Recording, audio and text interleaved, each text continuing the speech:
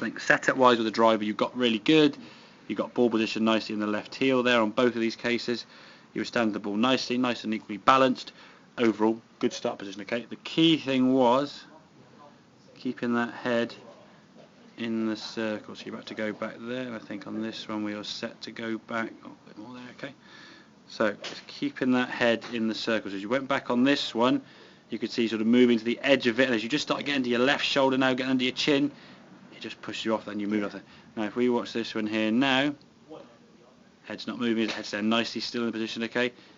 And there's a little bit at the end, but I'd say for me that's a much better position. Yeah. At least we're inside the confines of the circle, rather than sort of half your head now moving this one. Again, you can see your spine angle not so tilted over this way.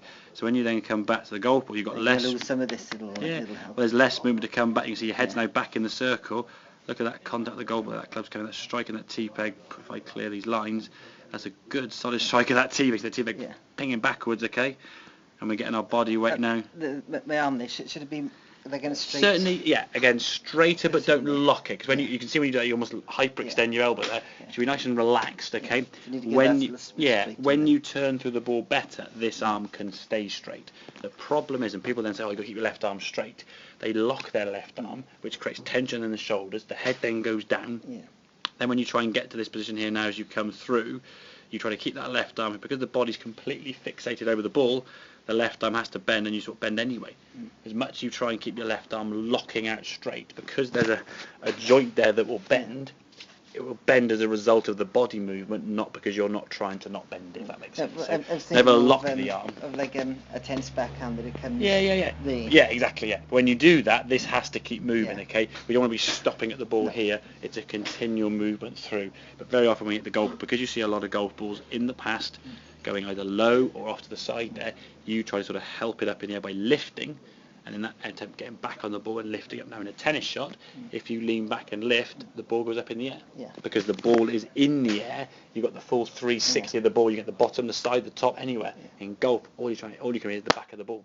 You can't get under a ball, can you? No. Unless even the ball on the tee peg with that club, there's no space for that club to get under the ball. No. But a tennis racket can hit the bottom all over, you see, so we can change the position we want to. So with the golf clubs, because you've got the angle on the golf club, 10, 11 degrees on the 12 degrees on that club there, we've got to get that club coming to the bottom of the golf by staying over the ball there. We've got a chance now to get that strike. You can see that golf ball now sort of sailing away on that angle now and twisting through to full swing, 120, 130 yards up in the air and straight as well. And in Lanzarote over the lava, that's going to be clearing that down the fairway and giving you a second shot to the green. Exactly.